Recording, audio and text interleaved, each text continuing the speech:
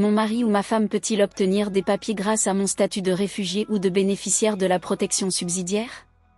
Prenons l'exemple d'Aminata. En 2023, Aminata demande l'asile en France.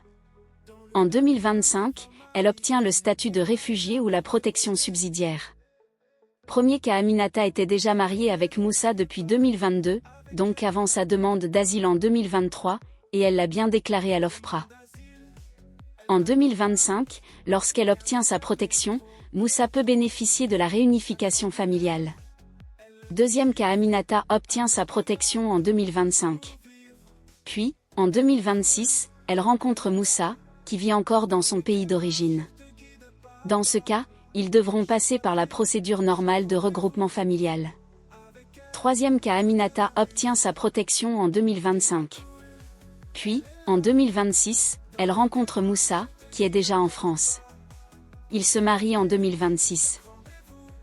En 2027, après un an de mariage ou de pax et s'ils prouvent qu'ils vivent réellement ensemble, Moussa pourra demander un titre de séjour sur ce fondement. Attention! Si vous vivez simplement en concubinage, cela ne suffit pas automatiquement. Chaque dossier est étudié selon la situation de chacun. Pour prouver que vous vivez réellement ensemble, il ne suffit pas de dire que vous êtes en couple. Il faut apporter des preuves. Par exemple, un bail ou un contrat de location à vos deux noms, des factures d'électricité, de gaz, d'eau, d'internet ou de téléphone, un compte bancaire joint, un avis d'imposition ou une taxe d'habitation mentionnant la même adresse, des documents de la CAF, de la CPAM, de la mutuelle ou de l'assurance habitation, une attestation sur l'honneur signée par vous deux, des témoignages de proches, de voisins ou de votre employeur, des photos de votre vie commune, des billets de voyage, des réservations d'hôtel, des courriers officiels reçus à la même adresse ou tout autre document montrant que vous partagez réellement une vie de couple. Plus vous présentez de preuves variées et couvrant une longue période, plus votre dossier sera solide.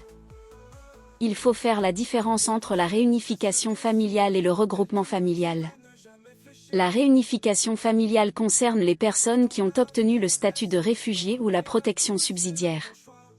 Elle permet de faire venir les membres de leur famille qui existaient déjà avant la demande d'asile. Le regroupement familial concerne les étrangers qui vivent régulièrement en France avec un titre de séjour. Il leur permet de faire venir leur famille, mais sous certaines conditions, notamment de ressources, de logement et de durée de séjour.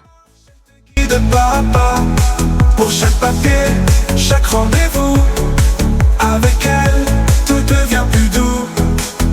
Et va cool.